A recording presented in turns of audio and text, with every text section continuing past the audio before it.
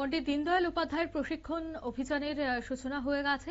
ইতিমধ্যে রাজ্যের বেশ কয়েকটি মণ্ডলের উদ্যোগে কিন্তু চলছে এই অভিযান। ঠিক অন্যদিকে দেখা গেল আগরতলা রাধানগর স্থিত হিন্দি উচ্চ মাধ্যমিক বিদ্যালয়ে ৬ আগরতলা বিজেপি মণ্ডল কমিটির উদ্যোগে পণ্ডিত দীনদয়াল উপাধ্যায় প্রশিক্ষণ মহা অভিযানের আয়োজন করা হয়, যেখানে আজ উপস্থিত ছিলেন বিধানসভার মুখ্য সচেতক তথা তেলিয়ামুড়ার বিধায়িকা কল্যাণী সাহা রায়।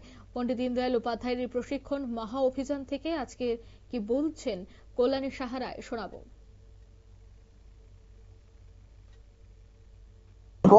এটা আমাদের প্রতি বছর হয়, গোটা দেশই হয় এবং আমাদের কেন্দ্রীয় কমিটির নির্দেশ অনুযায়ী এই মণ্ডল এবার ত্রিপুরা রাজ্য হচ্ছে।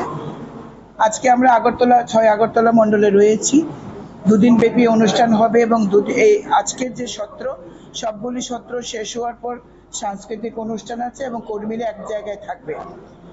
বার্তাটা হলো যে কার্যকর্তাকে ভারতীয় জনতা পার্টির যে বিচারধারা, ভারতীয় জনতা পার্টি যে শুধু রাজনৈতিক দল নয়, একটা আদর্শ ভিত্তিক নীতিনিষ্ঠ একটা রাজনৈতিক দল, সেই বিষয়ে সমস্ত কর্মীদেরকে প্রশিক্ষিত করে ভারতীয় জনতা পার্টির সংগঠনকে আরো মজবুত করা এবং কার্যকর্তাদের মধ্যে যাতে বসুধৈব কুটুম্বকম, আমরা প্রত্যেকে একে অন্যের আমরা আত্মীয় আত্মার সম্পর্ক কার্যকর্তা নির্মাণ করা ভারতীয় জনতা পার্টির লক্ষ্য।